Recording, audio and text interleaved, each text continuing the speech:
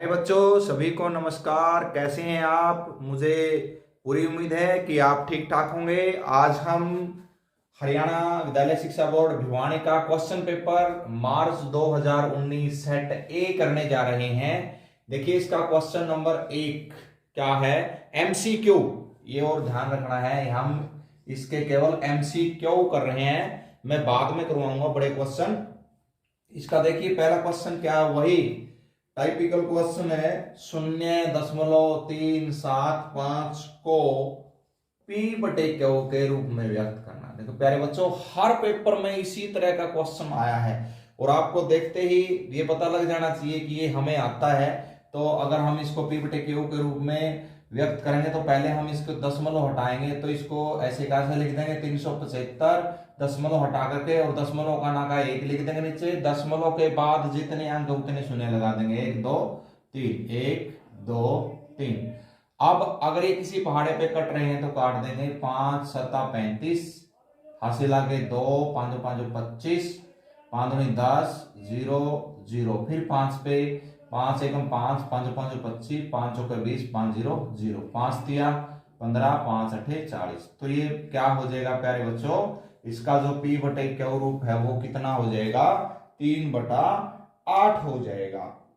अब हम सवाल नंबर 2 करते हैं, इसी का सवाल नंबर 2 करते हैं। देखिए 2 क्या है, द्विघात बहुपद, ये बहुपद दे रखा है, +7x जमा 10 के शून्यकों का योग ज्ञात कीजिए। तो प्यारे बच्चों ये इस स्टैंडर्ड फॉर्म में है, ax² plus bx plus c।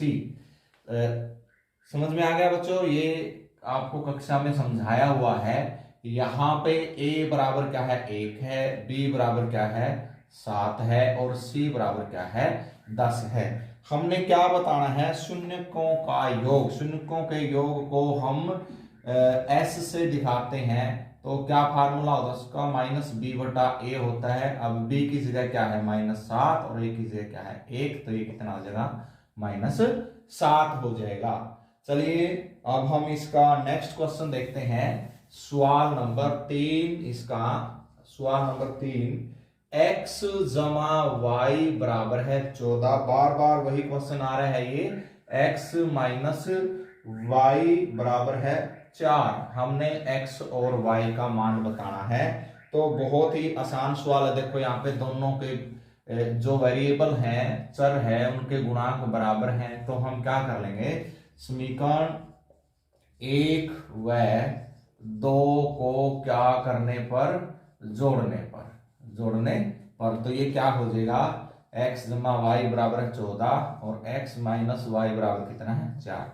अगर हम इसको जोड़ करें, x और x कितना हो जाएगा, ये 2x, ये कैंसिल हो गया, 14 और 4 कितना हो जाएगा, 18, और x बराबर है 18 को, ये 2 है जो इधर भाग हो जाएगा जाके, 2 निमा 18, x बराबर कितना आ गया, 9, और x बराबर 9 है जो हम इसमें रख देंगे, x जमा वाई बराबर 14 में x की जगह हमने 9 रख दिया, y बराबर कितना है, ये सॉरी 9 जमा वाई बराबर 14, और y बराबर कितना हो जाएगा, 14, 14 में से ये 9 इधर जाके माइनस हो जाएगा, कितना हो जाएगा, 5। तो x बराबर कितना आ गया, 9, और y बराबर कितना आ गया, 5। ये इसका आंसर हो जाएगा।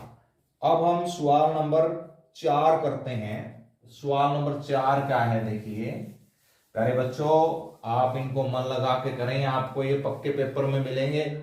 और ये जो क्वेश्चन करवाया अभी थर्ड, ये तो बहुत ही इंपॉर्टेंट क्वेश्चन है। ये सवाल नंबर 4, सवाल number 4, 10 7 4 dash dash dash AP का 30वां पद बताना है।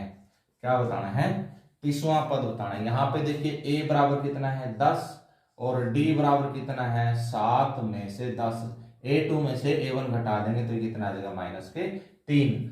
हमने 30वां पद बताना। 30वां पद बताने के लिए हम क्या करेंगे, यहाँ पे an बराबर a प्लस n माइनस 1, ये फार्मूला है किसी कोई सा पद बताने के लिए। यहाँ पे n बराबर क्या है, 30 है, तो यहाँ पे हम n की जगह 30 लिख देंगे। a कितना है, 10 है, n की जगह 30 है, -1, और d कितना है, -3। तो ये कितना है, 10 प्लस 29 गुणा -3, 10 29 या कितना हो जाएगा 87 और ये कितना हो जाएगा माइनस का 77। तो प्यारे बच्चों ये दोबारा आया है सवाल, इसलिए मैंने इसको थोड़ा सा जल्दी करवाया है। अब हम सवाल नंबर 5 करते हैं इसका।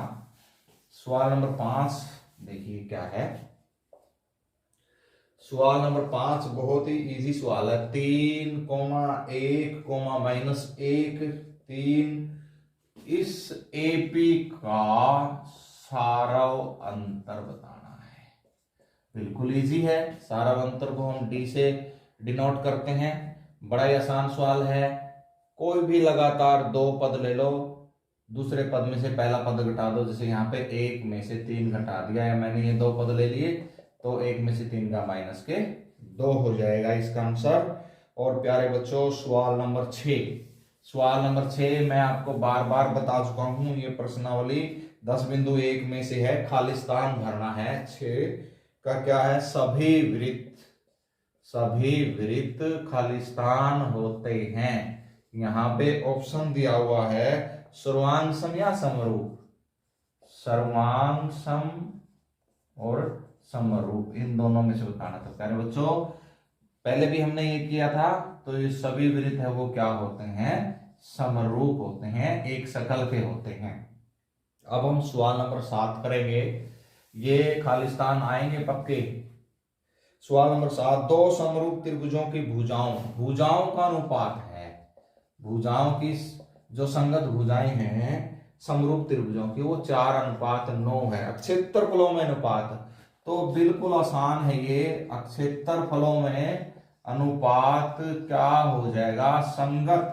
ये मैं सवाल नंबर 7 कर रहा हूं। संगत जो भुजाएं हैं ये इनका अनुपात है, तो इनका वर्ग हो जाएगा। चौकी चौकी 16 और निम 81, ये 16 अनुपात क्या है 81। इसका जो क्षेत्रफल है उनमें अनुपात हो जाएगा किनका, समरूप त्रिभुजों की बात कर रहा है ये। अब हम सवाल नंबर 8 करेंगे। सवाल नंबर 8 देखिए क्या है ये बार बार आ रहा है इस टाइप के सवाल, कोई बदलाव नहीं है इनमें। सवाल नंबर 8 ये क्या कह रहे हैं कि बिंदु Q से एक वृत्त पर स्पर्श रेखा की लंबाई। देखो मैं एक सर्कल वृत्त बना लेता हूं यहाँ पे, ये मैंने पहले भी किया था। यहाँ पे Q बिंदु है और Q बिंदु से इसकी जो स्पर्श रेखा है उसकी लंबाई है वो कितनी है, 24 सेंटीमीटर है। यहाँ पे मैं P लिख लेता हूं, ठीक है। और Q की केंद्र से, यहाँ पे मान लिया ये O केंद्र है और Q की जो केंद्र से दूरी है वो कितनी है, 25 सेंटीमीटर है। हमने OP ये त्रिज्या बतानी है इस वृत्त की त्रिज्या क्या होगी। तो प्यारे बच्चों यहाँ पे ये जो PQ है वो कितनी है, 24 सेंटीमीटर है, और OQ कितनी है, वो 25 सेंटीमीटर है, और OP का क्या करना हमने बताना है। अब देखो जो वृत्त के ऊपर स्पर्श रेखा होती है और जो त्रिज्या होती है, स्पर्श रेखा और त्रिज्या आपस में क्या करते हैं, 90 डिग्री का कोण बनाते हैं। तो इसका मतलब जो PQO है ये समकोण त्रिभुज है। तो समकोण त्रिभुज PQO में क्या हो जाएगा, OQ कर्ण का वर्ग, OP आधार का वर्ग जमा PQ लंब का वर्ग। अब जो भी वैल्यू दी गई हम इसके अंदर रख देंगे। यहाँ पे 25 दिया हुआ है, 25 का वर्ग हो जाएगा। OP हमने क्या करना है, बतानी है ये त्रिज्या, और ये कितना है 24 का वर्ग। तो 25 का वर्ग कितना होता है, 625 होता है, ये हमने बताना है। और ये कितना होता है 576। यहाँ पे चलो एक स्टेप और कर लेते हैं। यहाँ पे 625 में से 576, इधर से जो संख्या बराबर के इस साइड आती है वो माइनस है तो प्लस हो जाएगी, प्लस है तो माइनस। तो यहाँ पे ये प्लस थी माइनस होगी, OP का वर्ग। और ये कितना हो जाएगा, इसमें से 15 में से 6 गया 9 और 11 में से 7 गया 4 बराबर है, ये क्या हो जाएगा OP का वर्ग। और OP बराबर क्या हो जाएगा 49 का वर्गमूल, और ये क्या हो जाएगा 7 सेंटीमीटर। तो प्यारे बच्चों इस वृत्त की त्रिज्या कितनी हो जाएगी, 7 सेंटीमीटर। तो प्यारे बच्चों मुझे पूर्ण विश्वास है कि आपको ये अच्छी तरह से समझ में आ गए होंगे। आज आपने ये 1 से लेके 8 तक क्वेश्चन सीखने हैं। आज की छुट्टी है, आज संडे है, तो आपने छुट्टी का फायदा उठाना है और समय बहुत कम है। मैं बहुत सारे इंपॉर्टेंट क्वेश्चन आपके सामने लेकर आ रहा हूं, तो इनको आप ध्यान से करें। वीडियो देखने के लिए और इतना टाइम देने के लिए आपका बहुत बहुत धन्यवाद। Thank you.